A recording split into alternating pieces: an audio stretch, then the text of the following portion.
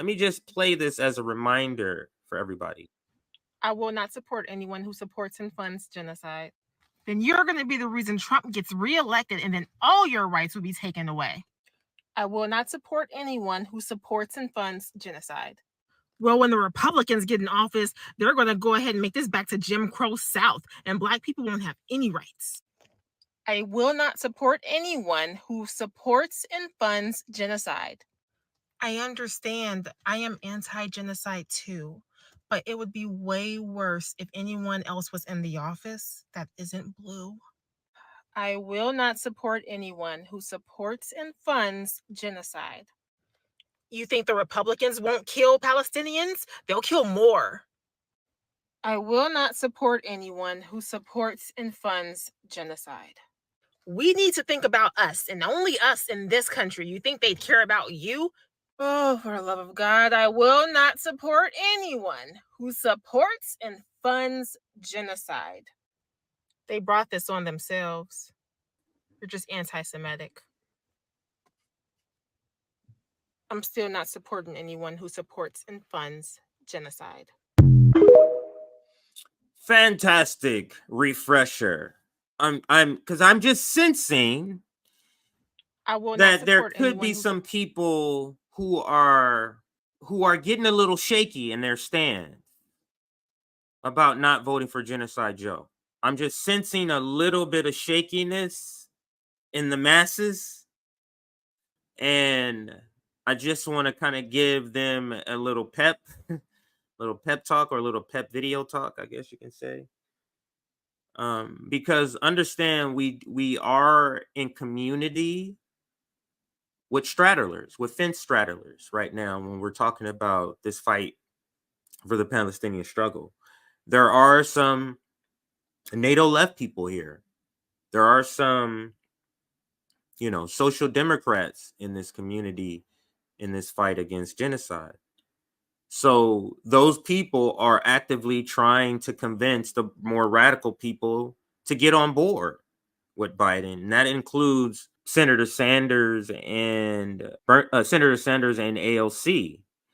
So that's where I want to start. And that is AOC and Bernie Sanders join forces to trick workers. I'm going to play the funny video first, and then we're going to get to the actual thing, the actual item. So let's play the funny video first. Let's listen. Call us for a special caring touch. Visiting angels care so much. Visiting angels, America's choice in home care. We'll be there when you need us most. We'll make you a good meal.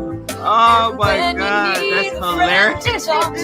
We know how you feel.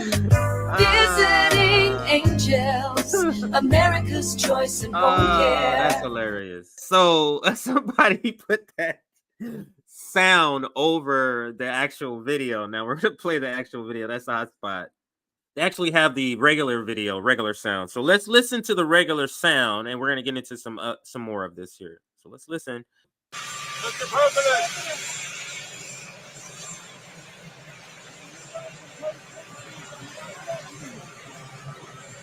Let's just stop it here.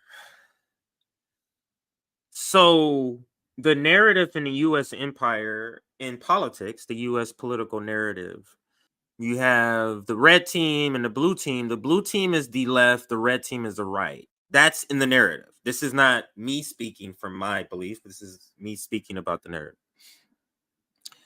And in that left side, you have Joe Biden, who I would say, if we had the spectrum of the supposed Democratic left, the Democratic Party, that's the left in the narrative, Joe Biden is on the far right. He is the closest to the border of actually being with the Republicans. He is a Republican, just not in name, basically. So he's on that side. In the narrative, he's like the center guy, though. In actuality, he's the far right guy on the supposed left. The far left in the narrative, they're called the far left. That's those two people in the middle there. That's Bernie Sanders and AOC. Those are the people in the U.S. empire narrative, a political narrative. Those are the people are the furthest left. Those are the communists. If you watch Fox News, these are the communists that's pulling radical Joe Biden to the left. I mean, the absurdity in that in itself, but think about what Bernie Sanders and AOC are thinking in their own head about what they're doing here. Think about what they have shook hands, made a deal over in order to be paraded around like this, in order to fool workers, in order to fool young people, in order to fool sort of satellite progressives, people that aren't really into politics, but they consider themselves progressive. So they just see Bernie Sanders and AOC headlines. And we're going to get into how there's people who understand that there's satellite progressives who don't know the details of every story. They just look and go, oh, let me look at the headlines. That's all the time I have because I'm working 60 hours this week. Oh, the headline says this is Bernie Sanders doing this. Oh, great. Bernie Sanders is doing some great stuff. So we're going to talk about a little bit later, I guess, in the next segment, about how pseudo-left media whitewashes Bernie Sanders. They understand that there are satellite progressives who only read the headlines. So you know what they do, these Jacobin types, these Common Dreams, the Guardians? What they do is don't report on headlines when Bernie Sanders team up to derail a railroad strike. They don't say they don't have the largest and the most prominent and the most frequent headlines about Bernie Sanders when he was still on the side of Israel committing war crimes. But when he now finally 30,000 dead bodies later, now is speaking on the right side of history, that's when they want to put a bunch of headlines about Bernie Sanders doing all these virtue signaling. That's when they want to put that out there. So we'll talk about that a little bit later. But think about what AOC and Bernie Sanders are doing right here as I finish this video. We can play it.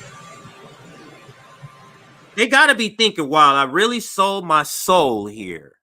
I really never thought that I would be here. The guy that was criticizing Joe Biden on Social Security when that was a death blow to him and he decided to back off. And that's the source is Breonna Joy Gray on that. And then the AOC who says, is it okay to be a one-term person?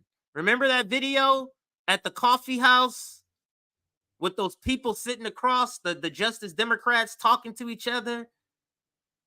She went from that to this. Let's continue with the next item here. And that is the photograph here. I want to show you. Where does she get that? What are those called? Aviator glasses? Why is she wearing those? Does she normally wear those? I don't know her that well. Does she normally wear those? I don't know if she's been wearing these aviator glasses or she's just trying to be like, oh, I'm part of the Joe Biden team. This is pretty disgusting. Let's read this one from Hotspot, and it says, AOC spent part of her speech praising anti-genocide protesters, the ones at Columbia, and other campuses across the country, only to later take a picture with the same guy students are currently trying to protest. So it's like, go people at the Columbia universities, you guys are doing a great thing, solidarity. Oh, I'm cool with Joe Biden, everybody. This very guy they're protesting. This is the line. This is the two faces of a social democrat that makes them such unreliable allies. They're unreliable because look at this two-face. You see the side-by-side two faces of AOC. One where she's giving a speech, and I'm going to play it in just a second. It's only a few seconds. And then the other side where she's taking a picture with the guy that the people are protesting about. So let's listen. I think it's a 15-second video. Let's make this bigger. Here we go. Let's listen to this video. It is especially important that we remember the power of young people shaping this country today, of all days, as we once again witness the leadership of those peaceful student-led protests on campuses like Columbia, Yale, Berkeley, and many others. I'm going to play that loop. I'm going to let it play that again. we remember the power of young people shaping this country today, of all days, as we once again witness the leadership of those peaceful student-led protests on campuses like Columbia, Yale, Berkeley, and many others. It is especially important that we remember the power of young people shaping this country. Those feels like words somebody else wrote for her to just come and, you know what I mean? It's not a person speaking with the emotion of the moment of what's happening in Palestine. Let me read some bunch of shit. I gotta get over here to my luncheon with Genocide Joe, guys. That's what this feels like to me. So it's pretty shameful, but just the change, now I was never a rah-rah AOC person. That was never my thing. But I didn't used to think she was terrible like she is. That part I didn't think either. Here goes some more footage of her, you know, gazing into Genocide Joe's eyes here. Let's go back.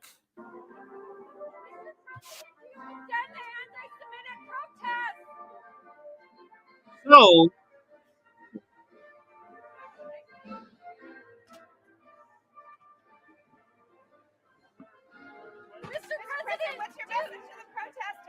So, this is pretty sad. Did you see how AOC had Joe Biden's hand clenched like that? So, not only is she giving cover as a quote-unquote progressive, as a quote-unquote socialist to Genocide Joe, to warmongering Joe, to the warmongering war pig Democratic Party, that grip that she has on Joe Biden's hand says to me she understands this guy is not here. He's not here. So you have these people who are giving cover to Joe Biden and going out, finding out she's one of the top fundraisers for him, going out fundraising for Joe Biden, pushing a Genocide Joe, pushing the concept that this person is coherent, that we should be voting for him because he's done all this good, when she clearly knows he's not in his right mind. That's why her grip is as tight as it is. She's pretending like he's saying something cogent. She's pretending. Watch this acting job when she knows all she's there is to escort him so that he doesn't fall.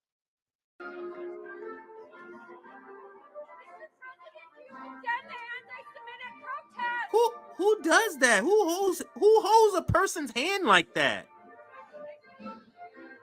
Okay, I've walked you to your spot, sir. Now I can stop pretending like you're saying anything. Does that really look like they were talking to each other? Get the fuck out of here. Look closely.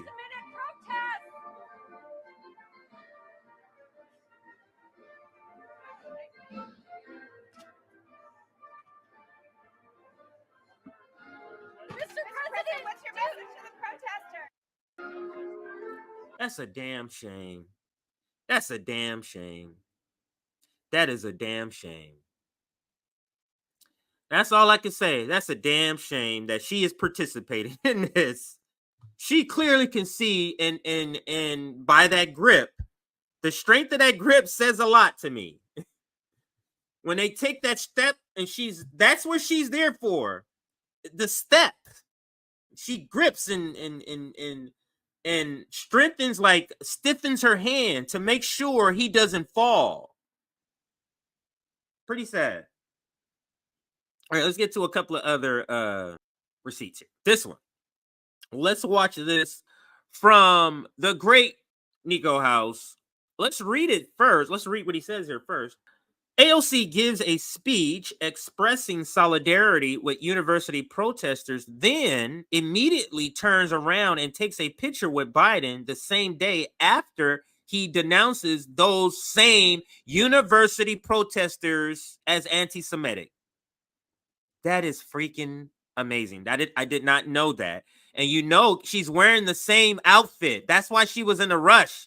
Remember how she was just reading the words and not speaking from the heart? So let's watch this Nico House video where he talks about it. Wow, I'm really impressed. AOC actually gave a speech in solidarity with the protesters of Columbia University and other universities across the country. It is especially important that we remember the power of young people shaping this country today of all days, as we once again witness the leadership of those peaceful student-led protests on campuses like Columbia, Yale, Berkeley, and many others. Now, look, I know I've had my criticisms about AOC, but I truly think it's dope that... Hold on. Is that a picture of AOC and Joe Biden? Hold on. Was this picture taken the same day as the speech with her showing solidarity with the university protesters? Nah, bruh. Is she wearing the exact same shirt that she just gave a speech in? So after AOC gave this speech celebrating the peaceful protesters of Columbia University, she took a picture with Joe Biden, who literally condemned those very same protests as anti-Semitic. But you know what? I'm not even surprised.